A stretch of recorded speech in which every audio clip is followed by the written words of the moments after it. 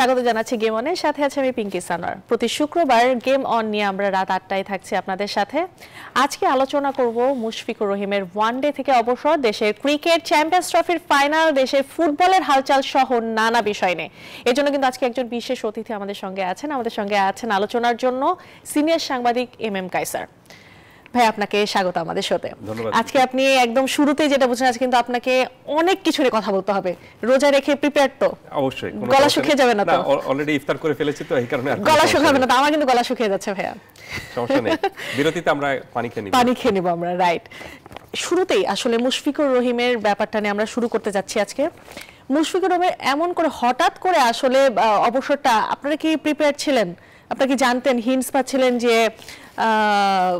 মুশফিকুর রহিম এমন কোন একটা ডিসিশন নিতে যাচ্ছে, নাকি আপনারা আমাদের মতো সারপ্রাইজড হয়েছেন? না, আমি মোটেও সারপ্রাইজ হইনি এবং আমার কাছে মনে হচ্ছে যে মুশফিকুর রহিম চ্যাম্পিয়ন্স ট্রফিতে খেলতে যাওয়ার আগে যদি এই ঘোষণাটা দিতেন তাহলে দেখতেন যে আপনি আরো এক ধরনের প্রেসার থেকে বা টেনশন থেকে তিনি হয়তো মুক্ত হয়ে খেলতে পারতেন। কারণটা হলো যে আপনি দেখুন, মুশফিকুর রহিম কিন্তু টি-20 ছেড়ে দিয়েছেন অনেক আগে, 2022 সালে। এখন ওয়ানডে এবং টেস্ট খেলেন, কোনোটাতে কিন্তু আপনি ম্যাচ উইনিং তেমন পারফরমেন্স ছিল না। একটাতে ছিল শ্রীলঙ্কার সাথে, যেটাতে 73 তিনি করেছিলেন, কিন্তু ওটাতে সেঞ্চুরি করেছিলেন নাজমুল হাসান শান্ত। সবকিছু মিলে একটা ইম্প্যাক্টের একটা বিষয় থাকে। বরঞ্চ তার যাকে আপনি প্ল্যানে রেখেছেন তাকে যদি আপনি এখন সুযোগ দেন, এই 4 বছরে হয়তো তিনি কিছুই করতে পারবেন না, কিন্তু 4 বছর পরে তিনি আপনাকে একটা সার্ভিস দিতে পারবেন। এটা আপনার বাস্তবতাটা। তো সবকিছু বাস্তবতাটা মিলে আমার কাছে মনে হয় যে মুশফিকুর রহিম যে সিদ্ধান্ত নিয়েছেন তাতে আমি মোটেও অবাক হইনি, এবং মুশফিকুর রহিমের এই সিদ্ধান্তটা অনেক আগে থেকে নিয়েছিলেন। তার চেয়েও বড় বিষয়টা হলো যে আমার কাছে মনে হয়েছে যে মুশফিকুর রহিম যদি এই বিদায়টা আরেকটু তার রঙিন হতে পারতো যদি তিনি রানে থাকতে পারতেন, কারণ অনেক ম্যাচ তিনি সিঙ্গেল হ্যান্ডলি কিন্তু বাংলাদেশকে খুব ভালো পজিশনে জিতিয়ে দিয়েছিলেন এবং তাকে বলাই হয় মিস্টার ডিপেন্ডেবল। বাংলাদেশের আসলে যখন প্রয়োজন হয়েছে তিনি কিন্তু তখন পারফর্ম করেছেন। কাসেম ভাই, একটা জিনিস নিয়ে কথা না বললেই না। আসলে আমরা বাংলাদেশে ক্রিকেট একটা ট্রেন্ড দেখতে পাই যে যখনই তারা অবসরের ঘোষণা দেয় বা যে কোনো ঘোষণাটা আসলে সোশ্যাল মিডিয়াতে এসে দেন, বোর্ডের মাধ্যমে কিন্তু সেটা আসে না। মুশফিকুর রহিমের ক্ষেত্রে আমরা একই বিষয় খেয়াল করলাম। তিনি কিন্তু বোর্ডের মাধ্যমে তার আসলে অবসরের ঘোষণাটা দিতে পারতেন, কিন্তু তিনিও কিন্তু সোশ্যাল মিডিয়ার মাধ্যমে ঘোষণাটা দিলেন। এই ব্যাপারটা এরকম কেন? আমরা এর আগে তামিম ইকবালের ক্ষেত্রেও দেখেছি, মাশরাফির ক্ষেত্রেও দেখেছি, সব সোশ্যাল মিডিয়া কেন্দ্রিক কেন? নট এ ইউনিক থিং, আমি মনে করি এটা ইউনিক না। আপনি যদি এর আগেও দেখে থাকেন যে মহেন্দ্র সিং ধোনি কিন্তু জাস্ট শুধু টুইটারে 16 শব্দে বলেছিলেন তার নির্বাচকদের কাছে, 16 শব্দে তিনি একটা টুইট করেছিলেন। বোর্ডের মাধ্যমে এটা আসতে পারতো কিনা মুশফিকেরটা? এখন যেহেতু অনেক ধরনের আপনার কমিউনিকেশনের অনেক বিষয় চলে এসেছে, সো আমার কাছে মনে হয় যে এটা যে করতেই হবে বোর্ডের মাধ্যমে, বা বোর্ডকে একটা আপনার অ্যাপ্লিকেশন দিতে হবে, বা অ্যাপ্লিকেশন দিয়ে বা একটা নির্দিষ্ট ফর্মে লিখতে হবে যে আমি আর খেলিব না, এরকম ভাবে নট নেসেসারি। এটা আমি মনে করি যে এই স্বাধীনতাটুকু ক্রিকেটারদের থাকা উচিত, বা যে কোনো ক্রিকেটার কেন, যে কোনো খেলোয়াড়ের থাকা উচিত যে আমি আর এই ফর্মেটে খেলবো না। এই কারণে তিনি সোশ্যাল মিডিয়া জানিয়ে দিলেন। ক্রিকেট বোর্ড হয় কি যে আপনি কিন্তু বুঝতেই পারবেন, দেখবেন যে আপনি যখন বোর্ড পরিচালনায় যারা রয়েছেন অথবা যারা আপনার ক্রিকেটের ভালো মন্দ দেখার দায়িত্বে রয়েছেন, বা যাদেরকে উপর ক্রিকেটটা আপনার দায়িত্ব দেওয়া হয়েছে যে আপনি এই দলকে কিভাবে খেলবে বা আপনি ওয়ানডে ক্রিকেটটাকে আপনি কিভাবে সামনে এগিয়ে নিয়ে যাবেন, এই পর্যায়ে যারা রয়েছেন ক্রিকেট বোর্ডের, তারা যখন কোনো মন্তব্য করেন কোনো নির্দিষ্ট সুনির্দিষ্ট ক্রিকেটারের কে নিয়ে, তখন কিন্তু সেই ক্রিকেটার বুঝে যান যে তার কি করা উচিত। সো আমার কাছে মনে হয় যে দেখুন, আপনি মুশফিকুর রহিম যে এখন বিদায় নিয়েছেন, কেউ কি বলেছেন যে মুশফিকুর রহিমের থাকা উচিত বা মুশফিকুর রহিম কেন চলে যাচ্ছে সেটা কিন্তু বলেনি, কিন্তু তার আসলে সহধর্মিনীর কাছ থেকে কিন্তু অনেক ধরনের, আমরা সোশ্যাল মিডিয়াতে অনেক ধরনের স্ট্যাটাস আমরা দেখেছি, তিনি কিছুটা কিন্তু হিন্ট করেছেন যে আসলে একজনকে এতটা কষ্ট দেওয়া উচিত না, সমালোচনা করা উচিত না যে সে জায়নামাজে গিয়েও চোখের পানি ফেলেন, এমন স্ট্যাটাসও কিন্তু তার কাছ থেকে এসেছে। এখান থেকে কি আসলে একটু ধারণা করা যায় যে সমালোচনার মুখেই আসলে তিনি ডিসিশনটা নিয়েছেন? না, আমি মনে করি না যে সমালোচনার মুখে নিয়েছেন। তিনি খুব প্রাগম্যাটিক একজন মানুষ, এবং তিনি জানতেন যে তিনি, সবচেয়ে বড় বিষয়টা তিনি জানতেন যে তিনি আর ওয়েলকামড না, তাকে আর স্বাগত জানানো হচ্ছে না ওয়ানডেতে।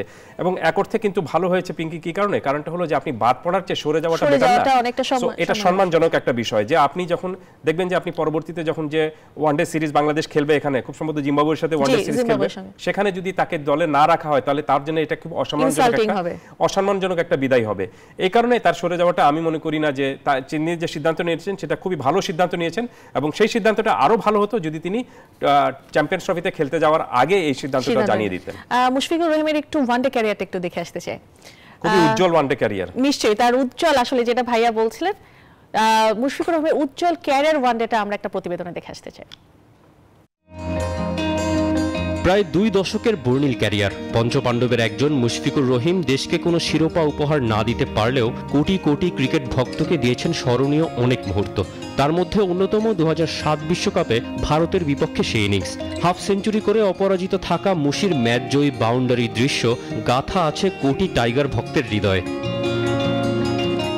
2006 সালে হারারেতে জিম্বাবুয়ের বিপক্ষে যাত্রা শুরু। প্রথম হাফ সেঞ্চুরি ও সেঞ্চুরি দুটোই একই মাঠে। প্রায় 19 বছরে মুশি ওয়ানডে খেলেছেন 274টি, যা বাংলাদেশের ক্রিকেটারদের মধ্যে সর্বোচ্চ। বিশ্বের সব দেশ মিলিয়ে আছেন 8 নম্বরে। গ্লাভস হাতেও মুশি ছিলেন অনন্য। 297 ডিসমিসাল নিয়ে তিনি বাংলাদেশের সর্বকালের সেরা উইকেট রক্ষকদের একজন। ক্যাচ ও স্টাম্পিংয়ে বিশ্বের পঞ্চম। 256 ইনিংসে 36.42 গড়ে 7,795 রান নিয়ে 50 ওভার ফরম্যাটকে বিদায় বলেছেন মুশফিক। ঝুলিতে আছে 9 সেঞ্চুরি আর 49টি হাফ সেঞ্চুরি। Strike rate 79.70। 2015-তে মিরপুরে পাকিস্তানের বিপক্ষে সিরিজের প্রথম ম্যাচে 77 বলে 106 রানের ইনিংস। তবে লাল সবুজদের হয়ে সবচেয়ে স্মরণীয় ওয়ানডেটা মুশফিক খেলেছেন 2018 সালের এশিয়া কাপে শ্রীলঙ্কার বিপক্ষে। ধসে পড়া টপ অর্ডার সামাল দিয়ে 150 বলে খেলেছেন 144 রানের দুর্দান্ত ইনিংস। ঝলমলে সেই ইনিংসটা সাজিয়েছেন 11 বাউন্ডারি আর 4 ছক্কায়। ম্যাচ সেরাও হয়েছেন tiger wicket keeper batsman. Bangladesh পেয়েছিল 137 রানের বড় জয়।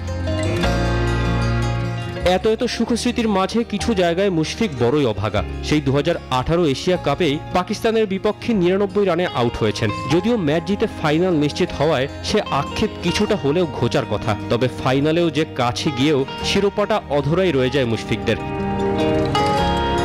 19 বিশ্বকাপে অস্ট্রেলিয়ার বিপক্ষে খেলেছিলেন 102 রানের অপরাজিত ইনিংস। তবে অজিদের দেয়া পাহাড় সম লক্ষ্য তাড়া করতে পারেনি টাইগাররা। আজীবন তিনি প্রেরণা যোগাবেন তরুণ ক্রিকেটারদের। শুধু দেশের মাটিতে শেষবারের মতো খেলে ক্যারিয়ারের ইতি টানার আক্ষেপটাই হয়তো সঙ্গী হয়ে থাকবে মুশফিকুর রহিমের। তৌসিফুল হাসান, নিউজ 24। কায়সার ভাই, আসলে মুশফিকুর রহিম আমাদের সবার খুব পছন্দের একজন ক্রিকেটার, তার সাথে একজন মানুষও। আপনি তো আসলে সাংবাদিকতার কারণে নিশ্চয়ই মাঠের ভেতরে এবং মাঠের বাইরে দুই জায়গায় মুশফিককে দেখার আপনার সুযোগ হয়েছে। আপনার কাছ থেকে একটু মুশফিকের ব্যাপারে জানতে চাই। মুশফিকের ব্যাপারে আমি যদি বলতে চাই, তাহলে প্রথম কথাটা হলো যে মুশফিকের টেস্ট ডেবিউ থেকে শুরু করে এখন পর্যন্ত তিনি যে সর্বশেষ ম্যাচ খেলেছেন সবগুলো দেখার সৌভাগ্য আমার হয়েছে এবং খুব কাছ থেকে তাকে দেখেছি। আপনি যদি এক কথা জানতে চান তাহলে আমি বলবো যে ন্যাচারাল একটা যে প্রতিভা থাকে সেটা কিন্তু মুশফিকের ছিল না, কিন্তু তিনি সেই প্রতিভাটা, তার অল্প প্রতিভা ছিল, সেই প্রতিভাকে কি করে শানিত করতে হবে, কি করে পরিশ্রম করে আরেকটু সামনে এগিয়ে নিয়ে যেতে হবে, হার্ড ওয়ার্কিং যে বিষয়টা সেটা তিনি করে দেখিয়েছেন দুর্দান্তভাবে। ওয়েল ডিসিপ্লিন, এবং কখনোই আপনি অনুশীলনে ফাঁকি দিতেন না। অনুশীলন যখন সবার শেষ তখনও দেখা গেছে যে মুশফিক মাঠে তার পরিশ্রম করে ঘাম ঝরাচ্ছেন, এবং তিনি আগের ম্যাচে যে ভুলটা করেছেন সেই ভুলটা উইক এসে আপনার প্র্যাকটিস সেশনে সেটা সমাধান করার চেষ্টা করতেন। নিজের কোথায় দুর্বলতা রয়েছে সেই দুর্বলতাটাকে কিভাবে কাটিয়ে ওঠা যায় সেই চেষ্টাটুকু তার মধ্যে ছিল। চেষ্টা, পরিশ্রম এবং আপনার ডিসিপ্লিন, এই তিনটাকে এক করে তিনি তার যে আপনার প্রতিভায় যে অন্যান্যদের, আমি তুলনা যেতে রাজি না, তারপরে আপনি অন্যান্য যে আপনার জন্মগতভাবে যেসব ক্রিকেটার একটু প্রতিভাবান হয়ে থাকেন বা ন্যাচারাল প্রতিভাবান যাদেরকে বলা হয়ে থাকে তাদের সঙ্গে যদি আপনি তুলনা করতে বলেন, তাহলে মুশফিকের পার্থক্যটা এখানে যে তিনি জানতেন তার সমস্যাটা, গ্যাপটা কোথায়, সেই গ্যাপটা কিভাবে পূরণ করতে হবে। কাজ করতেন প্রতিনিয়ত, রাইট, সেটা প্রতিনিয়ত কাজ করতেন আপনি। এই কারণে খুবই ডেডিকেটেড, খুবই ডিসিপ্লিন এবং খুবই আপনার ক্রিকেট নিয়ে মানে তার কি করে উন্নতি করতে হবে সেই চিন্তাটুকু করতেন। কখনোই এক জায়গায় আটকে থাকতে পারতেন না। এই কারণে আমি এই যে প্রতিবেদনটা দেখছিলাম এবং প্রতিবেদনে একটা শব্দ আমার কাছে খুব ভালো লেগেছে, যে বাংলাদেশের সর্বকালের সর্বসেরা উইকেট কিপার, কাম ব্যাটার। আপনি যদি এক কথায় বলতে চান বাংলাদেশের সর্বকালের সেরাকে, আপনি অবভিয়াসলি মুশফিকুর রহিম আসবে, কারণ তার পরিসংখ্যান সেখানে কাজ দিচ্ছে এবং তার যে পুরো ক্যারিয়ার জুড়ে তার যে ডিসিপ্লিন ওয়েতে নিজেকে তিনি গড়ে তুলেছিলেন সেটা অনেক বড় ইম্পর্টেন্ট একটা বিষয়, এবং সেটা আসলে টিমের মধ্যে এক্সাম্পলও হয়ে থাকবে নিশ্চয়ই। আসলে মুশফিকুর রহিম যখন অবসরের ঘোষণা দিলেন, সেই অবসরে কিছু রিয়াকশন কিন্তু দেখিয়েছেন সিনিয়র ক্রিকেটাররা, অন্যান্য ক্রিকেটাররা। একটু তাদের রিয়াকশনটা দেখে আসতে চাই। দীর্ঘ 19 বছরের ওয়ানডে ক্যারিয়ারের ইতি টানলেন mister dependable Mushfiqur Rahim. Champions ট্রফিতে বাজে ফর্মের কারণে সমালোচনার মুখে পড়ে এই ক্রিকেটার। সাম্প্রতিক পারফর্ম তার পক্ষে কথা না বললেও মুশফিকই ছিলেন দেশের ক্রিকেটের ভরসার নাম। তার এমন বিদায়ের পর সামাজিক যোগাযোগ মাধ্যমে দেশের ক্রিকেটের সাবেক থেকে বর্তমান সকলেই স্মৃতিচারণ করেছেন মুশফিকুর রহিমকে নিয়ে। তার একসময় সতীর্থ তামিম ইকবাল এক ভিডিও বার্তায় বলেন, তোমার অর্জন বছরের পর বছর মনে রাখা হবে। যে একটা নর্মাল ব্যাটসম্যান থেকে একটা বাংলাদেশের one of the best batsman কেমনে হয়েছিস, বা অনেক মানুষ হয়তোবা আপনারা ওর হার্ডওয়ার্কটা দেখার সুযোগ হয় নাই, যেহেতু আমরা ওদের সাথে একসাথে খেলি। আমি দেখেছি যে একটা ছেলে কতটা কষ্ট করতে পারে। দীর্ঘ সময় সতীর্থের বিদায়ে অনেকটা কাব্যিকভাবে নিজের অনুভূতি প্রকাশ করেছেন মাশরাফি। মুশফিকের পরিশ্রম ও একাগ্রতার কথা উল্লেখ করে মাশরাফি লিখেছেন, ওয়ানডেতে তোমার রেকর্ডই তোমার হয়ে সাক্ষ্য দেবে অনেক কিছুর। মুশফিকের প্রতি ধন্যবাদ জানিয়ে শরীফুল লিখেছেন, আমার কাছে আপনি সব সময় সেরা। ধন্যবাদ বাংলাদেশ ক্রিকেটকে এত সুন্দর সময় উপহার দেওয়ার জন্য। আপনার পরবর্তী জীবনের জন্য শুভকামনা। মুশফিককে আইডল উল্লেখ করে তৌহিদ হৃদয় লিখেছেন, বগুড়া স্টেডিয়ামে আপনি প্র্যাকটিস করছেন শুনে ছোটবেলায় আপনাকে দেখার আশায় স্টেডিয়ামের গেটের গ্রিল ধরে দাঁড়িয়ে থাকা শুরু। ক্যারিয়ারের শেষ প্রান্তে থাকা মাহমুদুল্লাহ স্মৃতিচারণ করেছেন মুশফিককে নিয়ে। তিনি লিখেন, প্রিয় মুশফিক, দুর্দান্ত ওয়ানডে ক্যারিয়ারের জন্য তোমাকে অভিনন্দন। এছাড়া মুশফিককে নিয়ে আবেগী স্ট্যাটাস দিয়েছেন রিশাদ হোসেন, তাসকিন আহমেদ সহ অনেক ক্রিকেটার। আবরার আল দাইয়ান, নিউজ 24। কায়সার ভাই, পঞ্চপাণ্ডবের মধ্যে আরেকজনের আসলে আমরা শেষ দেখলাম।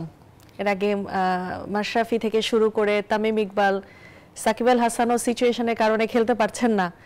আসলে মুশফিকুর রহিমের বিদায় বাংলাদেশ ক্রিকেটকে কতটুকু ভোগাবে, একটু যদি আপনার কাছে। পঞ্চপাণ্ডব না বলে পঞ্চবান্ধব বলে আমার মনে হয় যে খুব ভালো হতো।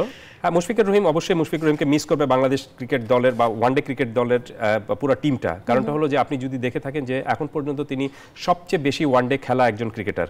সবচেয়ে বড় তার সম্পদটা ছিল অভিজ্ঞতা, এবং এই অভিজ্ঞতা যে তার মাঝখানে খুব একটা যে ভালো কেটেছে তা কিন্তু না। অনেক সময় আপনি কোচের সঙ্গে তার সমস্যা তৈরি হয়েছে, অনেক সময় শেষ ওভারে তার ভুলের জন্য দল জিততে পারেনি। আবার তিনি যেটি আপনার 2018-তে এশিয়া কাপে শ্রীলঙ্কার বিরুদ্ধে যেটা ম্যাচটা জিতিয়েছিলেন, আপনি ভাঙা পাঁজর নিয়ে খেলেছিলেন এবং ইনজুরি নিয়ে তিনি যে কায়দায় পুরো ম্যাচটাকে জিতিয়ে দিয়েছিলেন, সেঞ্চুরি করেছিলেন, সেটাও কিন্তু অনেক বড় একটা বিষয়। সো এরকমভাবে একজন ক্রিকেটার আপনি কষ্ট দেখেছেন, আবার কান্না দেখেছেন, আবার সেই সঙ্গে কিন্তু হাসি দেখেছেন, আনন্দ দেখেছেন, আবার সেখান থেকে সেই যন্ত্রণা থেকে কিভাবে উঠে আসা যায়, ঘুরে দাঁড়ানো যায়, সেটাও তিনি দেখেছেন। অধিনায়ক ছিলেন, অধিনায়কত্ব হারিয়েছেন, তারপরে দলে সাধারণ একজন ক্রিকেটার হিসেবে খেলেছেন, পারফর্ম করেছেন, কিন্তু শেষের সময়টা তার খুব একটা ভালো যায়নি। এ কারণে আমি বলবো যে তার বিদায়টা, ওয়ানডে ক্রিকেট থেকে তার বিদায়টা যদি রানের মধ্যে হতে পারতো তাহলে অনেক ভালো এবং খুব আমার কাছে মনে হয় যে একটা রঙিন হতে পারতো। আরেকটা বিষয় আমি একটু যোগ করি পিঙ্কি, এখানে অনেকে বলে থাকেন যে এই ধরনের ক্রিকেটার মাঠ থেকে বিদায় নেন না কেন। নট নেসেসারি যে এই ধরনের ক্রিকেটারকে মাঠ থেকে বিদায় নিতে হবে, তাকে ফুলের মালা দিতে হবে, তারপর সবাই মিলে হাততালি দিবে, নট নেসেসারি। আর তার চেয়ে বড় বিষয় হলো যে একজন ক্রিকেটার 3 ফরম্যাটে ক্রিকেট খেলেন, এখন তিনি যদি ওয়ানডে ক্রিকেট ছাড়লেন, তাকে যদি আপনি মাঠ থেকে বিদায় দিতে হয়, একবার ফুলের মালা দিলেন, তারপর টেস্ট যখন ছাড়বেন তখন আরেকবার দিবেন, তো 3 বার আপনি একজন ক্রিকেটারের জন্য মানপত্র লিখতে পারেন না। এই কারণে আমি মনে করি যে তার বিদায়টাও তিনি যে কায়দায় নিয়েছেন, যে সোশ্যাল নেটওয়ার্কে তিনি জানিয়ে দিয়েছেন যে আমি আর ওয়ানডে খেলতে চাই না, এটাও এক ধরনের মানে আমার কাছে মনে হচ্ছে যে একটা ওয়েল অর্গানাইজড এবং গুড ডিসিশন। নিশ্চয়ই শুভকামনা থাকবে নিশ্চয়ই মুশফিকুর রহিমের জন্য। একটা বিরতির সময় হয়েছে দর্শক, এই মুহূর্তে একটা বিরতিতে যাচ্ছি, কোথাও যাবে না, ফিরছি কিছুক্ষণের মধ্যে। বিরতির পর আবারও স্বাগত জানাচ্ছি গেম অনে। আমার সঙ্গে কিন্তু আজকে স্টুডিওতে আছেন এম কায়সার, সিনিয়র সাংবাদিক। কায়সার ভাই, আপনার কাছে আসবো, তার আগে একটু চলে যেতে চাই দুবাইতে, একটু দুবাইতে ঘুরে আসতে চাই। আসলে চ্যাম্পিয়ন্স ট্রফির ফাইনাল প্রসঙ্গে এখন আমরা কথা বলবো, এবং আরব আমিরাতে দুবাইতে কিন্তু আছে আমাদের সহকর্মী শুভ দেবনাথ, সরাসরি একটু তার সঙ্গে যুক্ত হতে যাচ্ছি। শুভ, যেটা বলছিলাম যে আসলে চ্যাম্পিয়ন্স ট্রফির ফাইনাল নিয়ে একটু কথা বলতে চাই। 24 বছর আগে কিন্তু এই টুর্নামেন্টে নিউজিল্যান্ড এবং ভারতে দেখা হয়েছিল, এবং সেখানে কিন্তু নিউজিল্যান্ড কিন্তু বাজি মেরেছিল। এইবারও কিন্তু আবারও তাদের দেখা হচ্ছে। সকল পরিসংখ্যানে কিন্তু ভারত এগিয়ে থাকলো, চ্যাম্পিয়ন্স ট্রফির পরিসংখ্যানে কিন্তু নিউজিল্যান্ড এগিয়ে আছে। কেমন দেখছেন সেখানে দু দলের প্রিপারেশন এবং দর্শকদের মধ্যে উত্তেজনা কেমন দেখছেন, সবকিছু আপনার কাছে একটু জানতে চাই।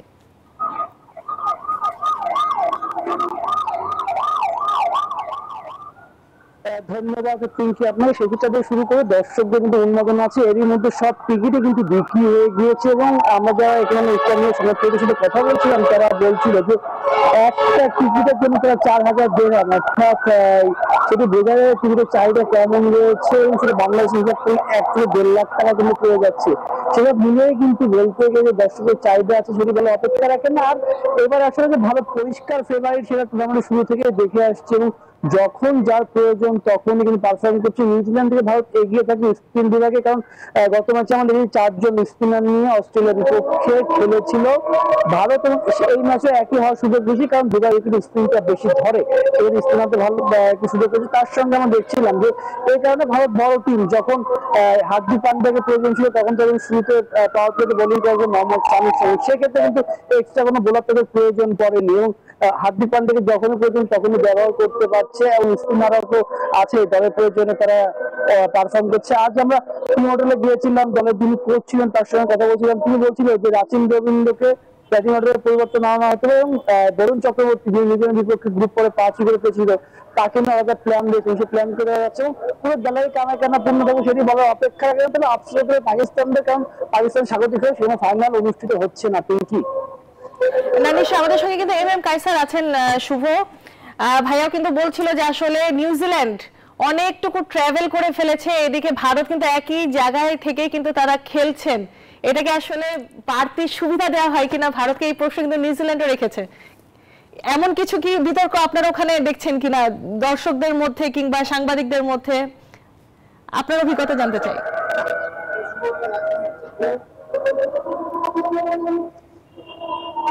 ধন্যবাদ আপনাকে।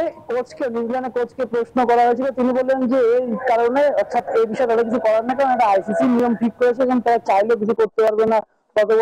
গত ম্যাচে টেম্বা বাবুমার কাছে জিজ্ঞেস করা হয়েছিল তিনি লাহোরের দিকে, সেই সদস্য তিনিও বলছেন যে আমাদের আর কিছু করার নেই, আমাদের সঙ্গে মানিয়ে নিতে হচ্ছে, এবং সেটা তারা যে এবং এই বিষয়টা ভালোভাবে নিচ্ছে না, ভালোভাবে নেওয়ার কথাও না, সেটি দেখা যাচ্ছে। কারণ আমরা দেখছিলাম ভারত যেখানে টুর্নামেন্ট শুরু করেছে সে একই হোটেলে আছে, নিউজিল্যান্ডের আগে অন্য হোটেলে ছিল, তাদেরকে চেঞ্জ করে অন্য হোটেলে আনা হয়েছে। ট্রাভেলটা হয়েছে পাকিস্তান থেকে দুবাই দূরত্ব, ফ্লাইটে 3-3.5 ঘন্টা মতো লাগে, সে ফ্লাইট থেকে আসতে হচ্ছে কখনো দুবাই কখনো পাকিস্তান, এবং লাহোরে যে উইকেট আছে সেখানে ব্যাটিং ফ্রেন্ডলি খেলা হচ্ছে, দুবাই স্পিন ট্রাই খেলা হচ্ছে, সবকিছু মিলিয়েই কিন্তু বলা যায় যে ভ্রমণ ক্লান্তিতে আছে। এবং এটা ভারতীয় গণমাধ্যম কর্মীদের মধ্যে এই বিষয়টা খুব আলোচনা আছে, পাকিস্তানি গণমাধ্যম কর্মীদের এবং অন্য যারা আছে, অর্থাৎ অস্ট্রেলিয়া নিউজিল্যান্ডের যারা এসেছে তাদের মধ্যে আলোচনা হচ্ছে যে এমন ভ্রমণ ক্লান্তি যদি সামনে ধারাবাহিক হয় তাহলে কিন্তু দলগুলোর জন্য ভ্রমণ করে এবং সেই ম্যাচে প্রভাব পড়বে। যদিও 2027 সাল পর্যন্ত হাইব্রিড মডেলেই আইসিসি ইভেন্ট অনুষ্ঠিত হয়। একটু প্রশ্ন কাউসার ভাইয়ের কাছে রাখতে চাই। কাউসার ভাই, মুশফিকুর রহিম অবসান নিয়েছে, মাহমুদুল্লাহ রিয়াদকে আপনি কতদিন হবে আন্তর্জাতিক ক্রিকেটে দেখতে চান, এবং তিনি আরো কতদিন আন্তর্জাতিক ক্রিকেটে খেলতে পারবেন বলে আপনার কাছে মনে হচ্ছে? বাংলাদেশ দলের যে বর্তমান অবস্থা আছে এখানে ঘুরে যাওয়ার জন্য কি করা উচিত? নিশ্চয়ই। শুভ, আপনাকে অনেক অনেক ধন্যবাদ আমাদের সঙ্গে এতক্ষণ যুক্ত থাকার জন্য। কায়সার ভাই যেটা বললো যে আসলে আমরা যদি বলি যে আসলে ভারতের যখন যাকে প্রয়োজন হচ্ছে সে কিন্তু পারফর্ম করছে, এবং গ্রুপ পর্বের ম্যাচে কিন্তু এক বরুণ চক্রবর্তী কিন্তু পুরো নিউজিল্যান্ডকে ধসিয়ে দিয়েছে। ওই ম্যাচটা কিন্তু নিউজিল্যান্ডের হাতে ছিল, তারপর নিউজিল্যান্ড বের করতে পারেনি। আপনার কাছে একটু জানতে চাই যে আসলে ফাইনালকে ঘিরে আপনার চিন্তা আসলে কোন দিকে, যে কারা এবার ফাইনালটা জিততে যাচ্ছে? না, আপনি ভারত কিছুটাতে হলেও এগিয়ে থাকবে তাতে কোনো সন্দেহ নেই। কারণটা হলো যে তারা এই মাঠেই সবচেয়ে বেশি ম্যাচ খেলেছে, তাদের আর কোনো ট্রাভেল করতে হয়নি। তারা এই কন্ডিশন কিভাবে ইউজ করতে হবে, হ্যাঁ আলাদা আলাদা উইকেটে খেলেছে কিন্তু কন্ডিশন তো একই রয়েছে, স্পিনাররা শুধু, এবং সবচেয়ে বেশি সফল হয়েছেন তারা। একটা ম্যাচে তো বরুণ চক্রবর্তী 5 উইকেটও পেয়েছেন, সেই ম্যাচে তিনি প্রথম খেলেছিলেন। সবকিছু মিলে এই ম্যাচটা একটা স্পিনারদের জন্য এক ভালো একটা করে দেখানোর বিষয়টা রয়েছে। তবে নিউজিল্যান্ডের জন্য একটা বড় চ্যালেঞ্জ হতে যাচ্ছে। চ্যালেঞ্জ রয়েছে, কিন্তু নিউজিল্যান্ডের স্পিনার রয়েছে, সেটা আপনাকে মানতে হবে। নিউজিল্যান্ডের কিন্তু স্যান্টনার রয়েছেন, তিনি নিজে ক্যাপ্টেন, এবং মাইকেল ব্রেসওয়েল তিনিও কিন্তু বাংলাদেশের বিরুদ্ধে ম্যাচে 5 উইকেট পেয়েছিলেন। সো চ্যাম্পিয়ন্স ট্রফি ফাইনাল নিয়ে আসলে আমাদের হাতে একটা প্রতিবেদন আছে, একটু দেখে আসতে চাই। হাবভাব, ক্ষমতা কিংবা শক্তিতে ভারত যেন সবার উপরে। দুবাইয়ে ঠিক সেভাবেই চ্যাম্পিয়ন্স ট্রফির আসর শেষ করতে চলেছে রোহিত বাহিনী। বাকি মাত্র 1 ম্যাচ, ফাইনাল। তাদের জন্য রয়েছে আলাদা সুযোগ সুবিধা। হোটেল তাজে একমাত্র দল হিসেবে ভারত দলের অবস্থান, অথচ নিউজিল্যান্ড রয়েছে দ্য ময়দান হোটেলে। এদিন তাদের প্র্যাকটিস নেই, সে কারণে টিম হোটেলে গণমাধ্যম কর্মীদের আগমন। কিউই কোচের কাছে প্রথম প্রশ্ন, গ্রুপ পর্বে তাদের বিরুদ্ধে 5 উইকেট নেওয়া বরুণ চক্রবর্তীকে নিয়ে। বারুণ এই কন্ডিশনের জন্য উপযুক্ত বোলার, তার বিরুদ্ধে গ্রুপ পর্বে ছেলেরা সেভাবে ভালো করতে পারেনি। ফাইনালের আগে বারুণকে নিয়েও আলাদা পরিকল্পনা থাকবে। লাহোরে ব্যাটিং উইকেটে সেমিফাইনাল শেষে এবার দুবাইয়ে স্পিন ট্র্যাকে নিউজিল্যান্ড। হাইব্রিড মডেলে চলমান আসন নিয়ে অসন্তুষ্ট কিউই কোচ গ্যারি স্টিড। এটা তো চ্যালেঞ্জিং, কিন্তু ফিক্সচারটা তো সেভাবেই তৈরি, আমরা চাইলেও কিছু করতে পারবো না। আর রাচিন এই কন্ডিশনে খেলে অভ্যস্ত, ও বড় ম্যাচের চাপ নিতে শিখে গিয়েছে। অস্ট্রেলিয়ার স্টিভ স্মিথ, বাংলাদেশের মুশফিকুর রহিম চ্যাম্পিয়ন্স ট্রফির পরই অবসরে। নিউজিল্যান্ডের কেন উইলিয়ামসনের এমন কোনো পরিকল্পনা আছে কিনা প্রশ্ন ছিল সংবাদ সম্মেলনে। এটা তো নির্ভর করে টুর্নামেন্ট শেষে নানা বিষয়ের উপর। কেইন আমাদের দলের অন্যতম সেরা ব্যাটার, সে দীর্ঘদিন ধরেই খেলছে। এখন ওর সিদ্ধান্ত ও কি করতে চায়। কোচের সংবাদ সম্মেলন দেখতে হোটেল রুম থেকে এলেন দুই কিউই ক্রিকেটার রাচিন রবীন্দ্র ও কাইল জেমিসন। আইসিসি ইভেন্ট আসে যায়, কখনো সেমিফাইনাল কখনো ফাইনাল থেকে বিদায় নিতে হয় নিউজিল্যান্ডকে। এবার তারা শিরোপা জয়ের জন্য এই পরিকল্পনা সাজিয়ে রেখেছে, কিন্তু প্রতিপক্ষ ভারত বলে তাদের ভয়ের অবশ্য কারণ রয়েছে। শুভদেবনাথ, নিউজ 24, দুবাই, সংযুক্ত আরব আমিরাত। নিশ্চয়ই কাইসার ভাই, আসলে নিউজিল্যান্ডের কথাই আপনার কাছে আবার ফিরে আসতে চাই। তারা বলেছে ভারত বাড়তি সুবিধা নিচ্ছে, এই কথা আগে অস্ট্রেলিয়াও বলেছে। এদিকে গৌতম গম্ভীর ফ্রম ইন্ডিয়া, উনি কিন্তু বলেছেন যে যারা এইগুলো কথা বলছে তাদের সবকিছুতে সমস্যা, তাদের আসলে আরো জেনে শুনে কথা বলা উচিত। তাহলে তো গৌতম গম্ভীরকে জিজ্ঞেস করা উচিত যে মোহাম্মদ সামি যেটা বলেছেন সেটাও কি মোহাম্মদ সামি কি ভুল বলেছেন? মোহাম্মদ সামি কিন্তু বলেছেন yes, Bharat get extra facilities. যেহেতু আপনি একই মাঠে বারবার ক্রিকেট খেলছেন, এইজন্য কিন্তু তাকে দেশদ্রোহীও বলা হচ্ছিল। রাইট, সেটা তিনি সত্যটা বলেছেন। এমন কিছু না যে তিনি হয়তো মনে করেননি যে তিনি সত্য কথাটা বলেছেন, কোনো গোপন কোনো কিছু করেননি। আর এটা তো বাস্তবতা যে আপনি সবগুলো ম্যাচ যখন একই ভেন্যুতে খেলবেন, আপনাকে ট্রাভেল করতে হচ্ছে না, আপনাকে ঝক্কি পোহাতে হচ্ছে না, আপনি তো রিল্যাক্স আছেন। এদিকে ওদের তো আসলে জার্নি কিন্তু জার্নি একটা কিন্তু ধকল যায় শরীরে। রাইট, আমি দেখছিলাম যে নিউজিল্যান্ড এখন পর্যন্ত এই টুর্নামেন্টকে ঘিরে 7,500 কিলোমিটার আপনার ট্রাভেল করেছে, আর ভারত 0 এক অর্থে। তাদেরকে একদিক থেকে কিন্তু ক্লান্ত, রাইট, কোনোভাবে তাদেরকে কোনো জায়গায় অন্য কোনো ভেন্যুতে ট্রাভেল করতে হয়নি। আর সবচেয়ে বড় বিষয় হলো যে একই ভেন্যুতে খেলা হচ্ছে, এমন না যে দুবাই এবং আবুধাবি দুবাই হলো 2 ঘন্টা লাগতো, সেটাও করতে হচ্ছে না। হোটেল থেকে আপনার স্টেডিয়াম থেকে হোটেলে, এছাড়া তাদের আর বাড়তি কোনো কিছু পরিশ্রম করতে হচ্ছে না। এটা মানে আমরা তো ফিফাও দেখে থাকি, ফিফাও কিন্তু অনেক স্ট্রিক্ট এইসব বিষয়ে। ওখানে কিন্তু এক্সট্রা ফ্যাসিলিটিস বা এক্সট্রা অ্যাডভান্টেজ নেওয়ার সুযোগ কোনো ফুটবল টিমের ওভাবে থাকে না কোনো দেশের। আইসিসি আসলে এভাবে একটা দেশকে কিভাবে এই ফ্যাসিলিটি অ্যাডভান্টেজ যেটা অন্য দলগুলো যেটা নিয়ে কমপ্লেইন করছে সেগুলো কিভাবে অ্যালাউ করে থাকে? এই কারণে বলা থেকে যে হাইব্রিড তরকারিও ভালো না, হাইব্রিড রাজনীতিবিদও ভালো না, ঠিক একদম হাইব্রিড মডেলের ক্রিকেটও ভালো না। যথেষ্ট সুযোগ সুবিধা দিল, এদের মধ্যে আসলে ভালো করার ইচ্ছাটা কম এবং মানসম্মত ক্রিকেটারের অভাব রয়েছে। একটু দেখে আসতে চাই আসলে আকরাম খান কি বলেছেন। 7-8 বছর আগে দেখেন, আমরা যখন টিম খেলতাম তখন আমরা চিন্তা করতাম যে আমরা স্পিনিং উইকেট বানাই, যেহেতু আমাদের কোনো ফাস্ট বলার নাই, আমাদের ফাস্ট বোলিং স্ট্রেংথ কিন্তু ছিল না। বাট এখন আল্লাহর রহমতে আমাদের ফাস্ট বোলিং, আপনি যদি দেখেন আমাদের ম্যাচে আমাদের ফাস্ট বোলাররা কিন্তু ভালো করছে ব্যাটসম্যান এবং ফিল্ডারের চেয়ে। সো এই জিনিসটা আমাদের ডেভেলপ হয়েছে, তো আমাদের কোয়ালিটি আস্তে আস্তে চেষ্টা করছি, আস্তে আস্তে এটা বাড়বে। একমত কিনা মানসম্মত ক্রিকেটারের অভাব এবং তাদেরকে যথেষ্ট ফ্যাসিলিটিস দেওয়ার পরও তাদের মধ্যে ভালো করার ইচ্ছা শক্তিটা কম, এবং এটা কিন্তু শ্রীশান্ত বলেছেন যে আসলে বাংলাদেশের ক্রিকেটারদের মধ্যে অনেক বেশি কনফিডেন্সের অভাব দেখা যায়। অনেক বড় অভিযোগ, কারণটা হলো যে আপনি সব ধরনের ফ্যাসিলিটিস পাওয়ার পরও যদি মানসম্মত ক্রিকেটার তৈরি না হন বা তাদের মধ্যে সেই চেষ্টাটুকু না থাকে, তখন এই ধরনের অভিযোগ যদি উঠে থাকে তাহলে সেই ব্যাখ্যাটা ক্রিকেটারদের কাছ থেকে আসলে খুব ভালো হবে। তো আমার কাছে মনে হচ্ছে যে এটা অনেক বড় অভিযোগ। ক্রিকেটারদেরকে এই অভিযোগ থেকে বেরিয়ে আসতে হলে একটাই উপায়, মাঠে ভালো পারফরমেন্স করা। বর্তমানে যে দলটা রয়েছে তাদের মধ্যে হ্যাঁ একটা বিষয় ঠিক যে আপনি ক্রিকেটারদের মধ্যে সেই ধরনের তাড়নার একটা অভাব রয়েছে। আপনি দেখবেন যে ক্রিকেট কিন্তু ইন্ডিভিজুয়াল গেম না, কিন্তু তারপরও আপনি যদি মাঠে ইন্ডিভিজুয়াল পারফরমেন্স করেন সেটা কিন্তু কালেকটিভলি দলের সঙ্গে কিন্তু যোগ হয়। আপনার একটা রান মানে কিন্তু দলের রান, আপনার একটা রান মানে কিন্তু পার্সোনাল শুধু আপনার একটা রান না। সো সেটাও কিন্তু মনে রাখতে হবে। আর সবচেয়ে বড় বিষয়টা হলো যে আপনি দেখবেন যে ক্রিকেট এমনই একটা খেলা যে এখানে আপনি শুধুমাত্র একটা গেম খেলার পর বা একটা ম্যাচে পারফর্ম করার পর যদি মনে করেন যে কলারটা উঁচায় থাকলাম আমি এবং আমার কাজ সবকিছু হয়ে গেছে, ইউল বি ফেইল্ড, জায়গা পাকাপোক্ত হয়ে গেল, ইউল বি ফেইল্ড। আপনাকে এখানে ধারাবাহিকতা করতে হবে, পারফরম্যান্সের ধারাবাহিকতা। আপনার নজর কেড়েছে কিনা, আপনি যে বলছিলেন যে আসলে যে বিষয়গুলো নিয়ে ওইটার থেকে আমার মাথায় আসলো, এটা নিয়ে যদিও আমরা এর আগেও কথা বলে ফেলেছি। ভারতের সাথে ম্যাচের আগের দিন একটা ডিনার পার্টি নিয়ে, তামিম ইকবালের একটা ডিনার পার্টি নিয়ে অনেক সমালোচনা হয়েছে। ওটা নিয়ে কিন্তু যথেষ্ট সমালোচনা হওয়ার পরে ঠিক পরের দিন, ভারতের সাথে হারার পরের দিন আসলে 4 জন ক্রিকেটারকে দেখা গেছে দুবাইতে ভুরিভোজ করতে। আপনি দেখেছেন কিনা জানি না, এটা আমাদের নিউজ 24 একটা এক্সক্লুসিভ প্রতিবেদন ছিল। এই জিনিসগুলো প্রফেশনালিজম যে বাংলাদেশের প্লেয়ারদের মধ্যে অভাব আছে, এটার কি কোনো জবাবদিহিতা কোথাও আছে কিনা? আমি সেটাই বললাম যে আপনি এই ক্রিকেট দল যদি পাকিস্তান ইন্ডিয়ার বিরুদ্ধে ম্যাচে যদি ভালো পারফর্ম করতে বা জিতে যেত তাহলে এই প্রসঙ্গগুলো আসতো না। আপনি দেখবেন যে এর আগে যত অনেক ক্রিকেটার ছিলেন যে সারা রাত পার্টি করে পরের দিন মাঠে এসে কিন্তু ডাবল সেঞ্চুরি করেছেন তিনি। সো মাঠের কাজটুকু বা পারফরমেন্স করার কাজটুকু তিনি ঠিক মতো করতে পারলে আপনি দেখবেন যে এই আপনি কখন কোথায় ভুরিভোজ করলেন বা কখন কোথায় বিরিয়ানি খেলেন এবং এর কারণে আপনার দলের পারফরমেন্সে ঘাটতি পড়েছে, এই প্রসঙ্গগুলোই উঠতো না। আপনি মাঠে পারফরমেন্স করেন আর তারপরে আর যতই যাই করেন না কেন আপনার দেখবেন যে কখনোই সেই বিষয়গুলো আসবে না। আমি ছোট্ট উদাহরণ দিয়ে শেষ করছি, সেটি হলো যে সাকিব আল হাসান। আপনি দেখবেন যে মাঠের বাইরে তিনি অনেক ধরনের জটিলতায় জড়িয়েছেন, কিন্তু তিনি মাঠে ভালো পারফরমেন্স করতেন দেখে চুপ করে দিয়েছেন। মানে তার যে অন্যান্য যে বিষয়গুলো ছিল সেগুলো কম হাইলাইটেড হতো এবং মাঠের পারফরমেন্সটা বেশি হতো। সো যে ক্রিকেটারদের বিরুদ্ধে এই অভিযোগটা এসেছে তাদেরকে এখান থেকে বেরিয়ে আসলে একটাই কাজই করতে হবে, মাঠে পারফরমেন্স। এই যে ডিপিএল শুরু হলো, ডিপিএল শুরুতেই কিন্তু আসলে একটা বিতর্কের জন্ম দিয়েছে।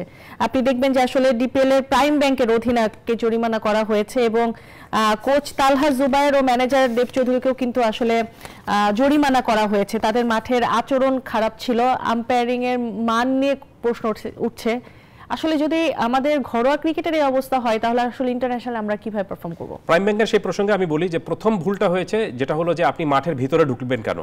আপনি কোনো মতেই কিন্তু ক্রিকেটে একটা ম্যাচ চলাকালীন সময় মানে অন্য কোনো ক্রিকেটার বা অন্য কোনো ম্যানেজার বা কোচ কখনোই মাঠে কিন্তু অ্যালাউড না। আপনি যখনই মাঠে অ্যালাউড হয়েছেন বা মাঠে ভিতরে ঢুকে গিয়েছেন তখন সো এন্ড সিম্পল যে আপনি একটা শৃঙ্খলা ভেঙেছেন এবং সেটা জেনে শুনে ভেঙেছেন। এই কারণে তাদেরকে জরিমানা করা হয়েছে এবং আমি মনে করি যে জরিমানাটা আরেকটু হেফটি হওয়া উচিত, ক্রিকেট বোর্ডের কাছে রয়েছে। কিন্তু আপনি মাঠের ভিতরে ঢুকে গিয়ে যখন তাৎক্ষণিকভাবে একটা সমাধান চাইবেন বা আপনি বিচার করে ফেলতে চাইবেন, তার মানেটা হলো যে আপনি কিন্তু আপনি রুলস ভাঙছেন, আপনি ডিসিপ্লিন ভঙ্গ করছেন এবং আপনি ক্রিকেটের যে সো এন্ড সিম্পল নর্মস সেই সিম্পল নর্মসটাকে আপনি নষ্ট করছেন। নিশ্চয়ই আবারও আলোচনায় ফিরবে, একটা বিরতির সময় হয়েছে। দর্শকের পর্যায়ে নিচ্ছে আরো একটি বিরতি, ফিরছি কিছুক্ষণের মধ্যে, কোথাও যাবে না। বিরতির পর আবার স্বাগত গেম অনে। কথা বলছি এমএম কায়সারের সাথে ক্রিকেট, এবং এখন কিন্তু কথা বলবো দর্শক ফুটবল নিয়ে, কারণ বাংলাদেশের ম্যাচ কথা না বললেই না, যেহেতু আপনাকে সাথে পেয়েছি। ভারতের বিপক্ষে এশিয়ান বাছাই পর্বে দুটো ম্যাচ খেলবে। প্রথম ম্যাচটি ভারতে হতে যাচ্ছে, হামজা চৌধুরীর অভিষেক হতে যাচ্ছে। সেখানে কিন্তু একটা টুইস্ট, সুনীল ছেত্রী তার অবসর ভেঙে ভারত টিমে আবারও যোগ দিয়েছেন। হামজা চৌধুরীর জন্যই কিনা বা কি মনে হচ্ছে? ভারত কি তাহলে বাংলাদেশ দলকে ভয় পাচ্ছে?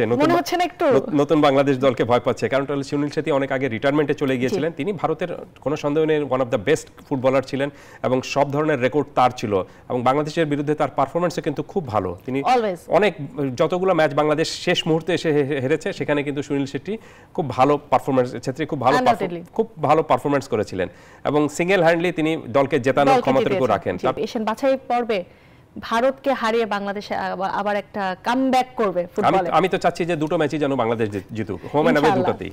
নিশ্চয়ই কায়সার ভাই, অনেক অনেক ধন্যবাদ। আজকে আর আসলে দীর্ঘায়িত করতে পারছি না, শেষ করতে হচ্ছে আমাদের। ধন্যবাদ আপনাকে এবং নিউজ 24। নিশ্চয়ই দর্শক, আজকে এখানেই শেষ করছি গেম অন। আগামী শুক্রবার আবারও ফিরে আসবো গেম অনে। ততদিন ভালো থাকবেন, সুস্থ থাকবেন।